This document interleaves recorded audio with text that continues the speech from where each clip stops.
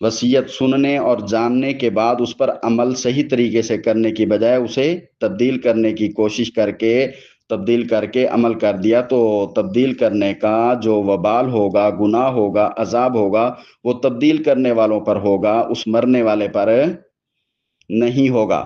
جو کمی بیشی انہوں نے کی ہے اس کے وہی گناہگار ہوں گے جنہوں نے کی ہے۔ کیوں؟ اللہ تو سب کچھ جانتے ہیں۔ دیکھیں، ان اللہ سمیع علیم، ان منے بے شک، اللہ تعالیٰ، سمیع منے سننے والا ہے۔ اللہ تعالیٰ سنتا ہے کون کیا کچھ بول رہا ہے، کیا کچھ کر رہا ہے۔ علیم جانتا ہے، جاننے والا ہے۔ اللہ تعالیٰ سننے والا بھی ہے، جاننے والا بھی ہے۔ وصیت میں تبدیلی کی جو صورتیں آئی ہیں، مرنے والے کے کسی ایسے شخص کو کوئی حصہ دے دیا جسے وارث پسند نہیں کرتے، یا کسی کے حصے میں کچھ کمی کر دی، یا کسی کے حصے میں کچھ زیادتی کر دی، یا اسی طرح اپنی طرف سے کوئی رد و بدل کر دیا، تو وہ گناہگار وہی لوگ ہوں گے جو یہ کر رہے ہیں۔ مرنے والا گناہگار نہیں ہوگا۔ مرنے والے کا مال تو غلط تقسیم ہو گیا، لیکن غلط تو لوگوں نے کیا، اس نے خود تو نہیں کیا، تو اس لیے اس نے جب خود تبدیل نہیں کیا تو اس کو کوئی گناہ نہیں ہوگا، جنہوں نے تبدیل کیا ہے ان کو گناہ ہوگا۔ بات سمجھ آ گئی؟ فمن خاف من موص جنفا او اثما فاصلح بینہم فلا اثم علیہ۔ فا زبر فا منے پس، من منے جو، خافا منے خوف کھائے، ڈرے، خافا خوف کھائے، ڈرے۔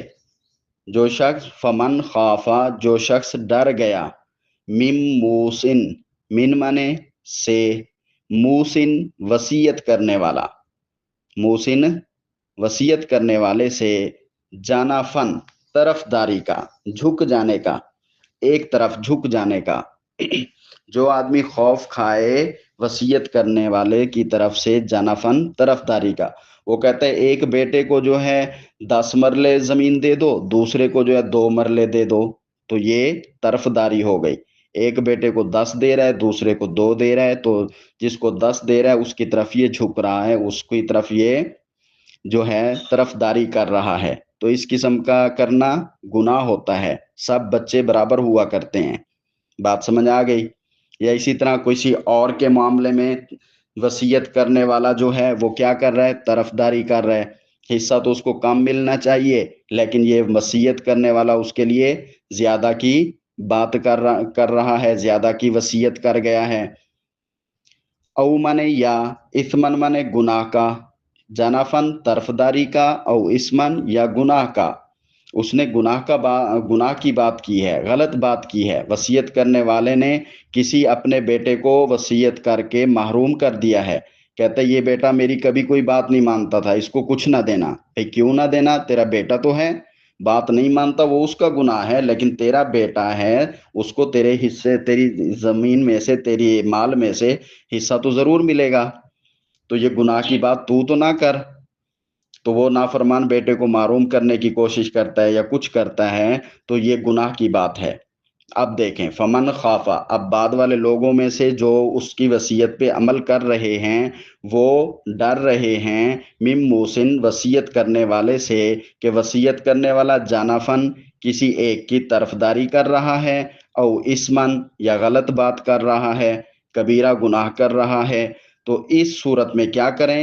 فَأَصْلَحَ بَيْنَهُمْ، فا زبر فا منے پس، اصلح منے صلح کرائے۔ وہ آدمی جو ڈر رہا ہے، جو اس کی وصیت پہ عمل کر رہا ہے، جو خاندان کا بڑا بنا ہوا ہے، تو وہ اس کی وصیت پر عمل کروانے کی صورت میں کیا کرے؟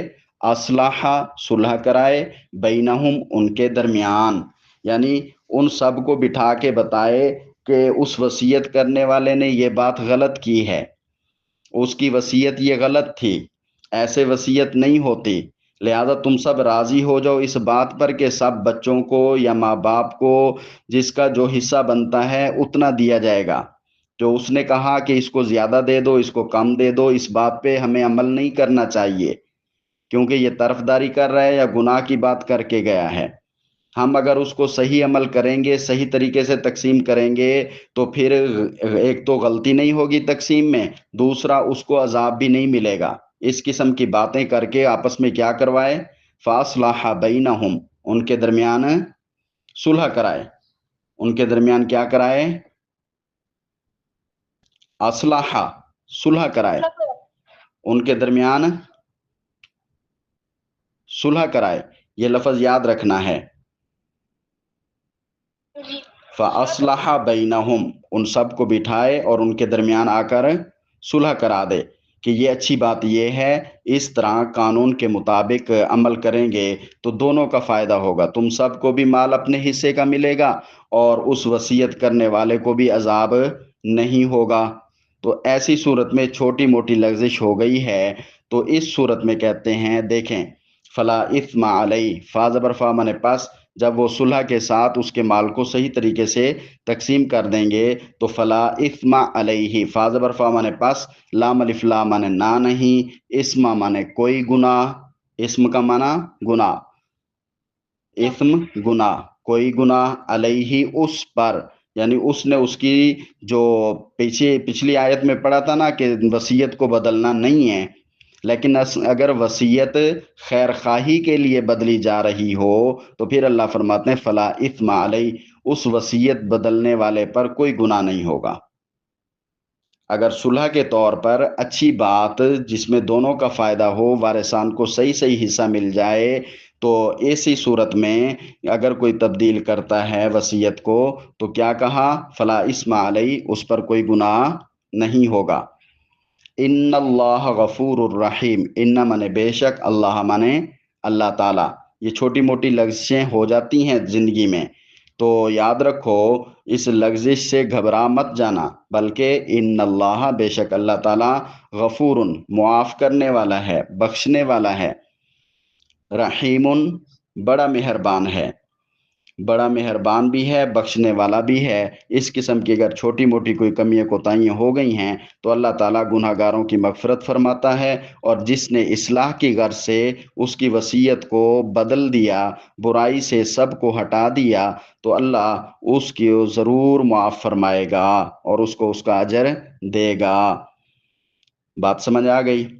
تو یہ وصیت کی بات ہے، لیکن یاد رکھنا ہے اب وصیت نہیں چلتی مال میں، مال کے بارے میں وصیت اب نہیں چلتی۔ اگر کوئی چلانا چاہے تو 1/3 حصے کی اجازت ہے، اس سے زیادہ مال میں نہیں، باقی 2/3 ہے یا کل مال اگر وصیت نہیں کی تو وہ سب وارثوں کو ملے گا، اور ملے گا کیسے؟ جیسے اللہ نے سورہ نساء میں بیان فرما دیا ہے، وارثوں کا کس کا کتنا حصہ بنتا ہے، کس کا کتنا حق ہے، وہ اللہ نے بتا دیا۔ اب اس کے مطابق چلے گا، اب وصیت کے مطابق نہیں چلے گا۔